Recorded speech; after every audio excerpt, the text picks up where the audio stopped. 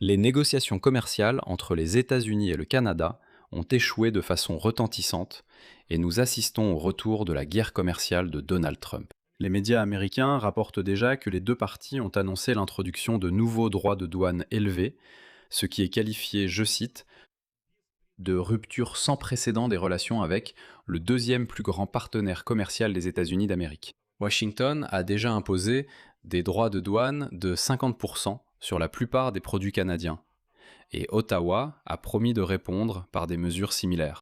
Les négociations entre Trump et le Premier ministre Carney, ainsi qu'entre les représentants commerciaux des deux pays, se sont poursuivies tout au long de la semaine. La veille, le président américain avait même annoncé qu'un accord avait été trouvé, mais il avait précisé qu'il restait encore à le finaliser. Eh bien, avec Trump, comme on dit, c'est toujours pareil. D'abord, il a annoncé l'accord, et ensuite, il l'a lui-même fait échouer. Le représentant commercial des États-Unis, Jamieson Greer, a déclaré que Washington avait proposé au Canada des conditions plus avantageuses qu'aux autres grands exportateurs. Selon lui, la proposition américaine prévoyait une réduction substantielle des droits de douane sur l'acier, l'aluminium, les automobiles et le bois d'œuvre. Mais le Premier ministre du Canada a qualifié cette concession de « absurdité » et a déclaré qu'elle ne correspondait pas aux intérêts de son pays. En somme, examinons ce sujet en détail et répondons à la question de savoir si la guerre commerciale de Donald Trump revient vraiment à grande échelle chez nous.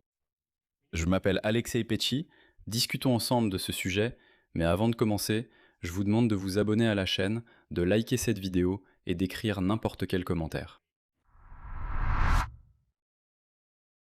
Ainsi, les négociations commerciales entre le Canada et les États-Unis ont échoué à la dernière minute vendredi soir, heure de l'Est, ce qui a ravivé la guerre commerciale entre les États-Unis et le Canada. Dans le même temps, Ottawa a promis d'imposer des droits similaires à ceux de Washington. Malgré les déclarations encourageantes des deux parties, selon lesquelles un accord serait bientôt conclu pour éviter l'imposition de droits de douane américains de 50% sur une série de produits canadiens, les négociations sont dans l'impasse et le Premier ministre du Canada, Mark Carney, a déclaré que les pays voisins n'ont pas réussi à parvenir à un accord nécessaire pour atteindre les objectifs du Canada. Voici ce qu'il a déclaré. En conséquence, ce soir, j'ai pris la décision de suspendre les négociations commerciales avec les États-Unis et j'ai demandé aux négociateurs canadiens de rentrer à Ottawa.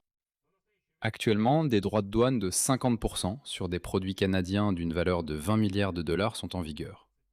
Et Carney a immédiatement répondu, je cite, le Canada imposera des droits de douane équivalents dans leur intégralité afin de protéger nos travailleurs et nos entreprises. Trump et Carney, ainsi que des hauts responsables des services commerciaux des deux pays, sont restés en contact direct tout au long de la semaine. Après que Trump ait même accordé un report de 3 jours pour l'introduction des droits de douane et ait déclaré que l'accord était en réalité déjà prêt, il ne restait plus qu'à le finaliser. Voici une déclaration de Trump datant de jeudi. Nous avons conclu un accord avec le Canada, bien qu'il nécessite encore une finalisation des documents. Eh bien, au final, comme vous l'avez compris, les documents n'ont pas été finalisés et Trump s'est empressé d'annoncer l'accord. En même temps, le représentant commercial des États-Unis, Jamieson Greer, a commencé à se justifier et a déclaré que soi-disant les États-Unis avaient proposé au Canada des conditions super avantageuses, mais qu'Ottawa avait refusé. Voici ce qu'a déclaré Greer. Malgré la proposition des États-Unis au Canada de lui accorder les toutes meilleures conditions par rapport à tout autre grand exportateur sur notre marché, les nouvelles exigences et le refus du Canada de respecter d'autres engagements ont rompu l'équilibre soigneusement établi, atteint ces derniers jours. Notre proposition comprenait une réduction significative des droits de douane sur l'acier, l'aluminium, les automobiles et le bois d'œuvre, ainsi qu'un partenariat économique historique et un partenariat dans le domaine de la sécurité nationale. Cependant, Mark Carney a ensuite déclaré que la modification des conditions de l'accord avec les États-Unis, introduite à la dernière minute, était, je cite, injuste, non rentable et remettait en question la fiabilité de tout accord avec Washington. Bien qu'il n'ait pas encore fourni de détails, mais dans l'ensemble, il est également important de garder à l'esprit que le dernier conflit n'est que la conséquence de la détérioration constante des relations commerciales depuis le retour de Donald Trump à la présidence. Trump a imposé des droits de douane sur les principales industries canadiennes, y compris l'automobile, la sidérurgie et l'industrie de l'aluminium, tandis que le Canada a répondu par ses propres mesures. Bien que Carney ait annulé l'année dernière ses contre-mesures les plus importantes, Trump était toujours agacé par les interdictions imposées par les autorités provinciales canadiennes sur des produits américains, comme l'alcool par exemple. Il disait que ce n'était pas juste. Et donc, les droits de douane entrés en vigueur cette nuit ont une portée relativement limitée et concernent des marchandises importées du Canada pour une valeur d'environ 20 milliards de dollars. Cela représente environ 5% de la valeur totale des marchandises importées aux États-Unis depuis leurs voisins du Nord l'année dernière. En eux-mêmes, ils auront peu de chances d'avoir un impact significatif sur les consommateurs américains, qui éprouvent déjà des difficultés en raison des prix élevés de l'essence, conséquence de la guerre de Trump avec l'Iran. Le problème le plus grave, c'est la guerre commerciale que ces droits de douane relancent à nouveau. Dans sa déclaration de vendredi, Mark Carney a déclaré que son gouvernement mettrait en place des mesures supplémentaires pour soutenir les travailleurs et les entreprises canadiennes. En plus des près de 25 milliards de dollars accordés en soutien au cours des 18 derniers mois. Il a déclaré que la croissance économique du Canada s'accélère et qu'Ottawa ne permettra à aucun pays de déterminer son avenir. Il est donc évident que Carney est déterminé à se battre jusqu'au bout et qu'il ne fera aucune concession à Trump. Je tiens à souligner que les États-Unis d'Amérique ont effectivement envisagé de réduire les droits de douane sur l'acier, l'aluminium et les automobiles en provenance du Canada. Des droits de douane de 50% étaient appliqués sur l'acier et l'aluminium, et les autorités américaines envisageaient de les réduire de moitié, c'est-à-dire à 25%. Pendant ce temps, les voitures canadiennes étaient soumises à des droits de douane de 25%.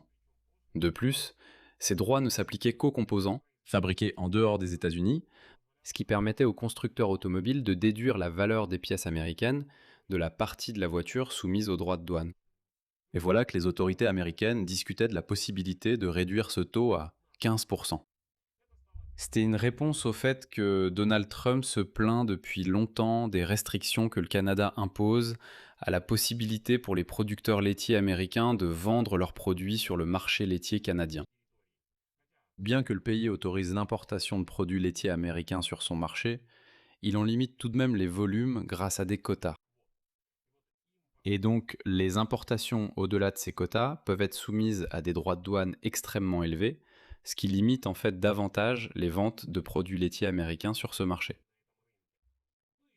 Et il y a aussi autre chose d'intéressant, pour imposer ces droits de douane, Trump utilise une loi peu connue des années 30, qui n'avait jamais été utilisée auparavant pour imposer des droits de douane de cette manière. Cette démarche sera presque certainement confrontée à des problèmes juridiques, comme beaucoup d'autres tentatives de l'administration Trump d'imposer de nouveaux droits de douane.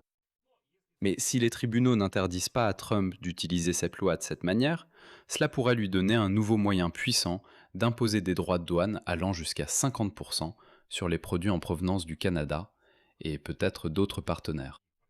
Chaque fois que son administration estimera qu'il discrédite prétendument le commerce américain.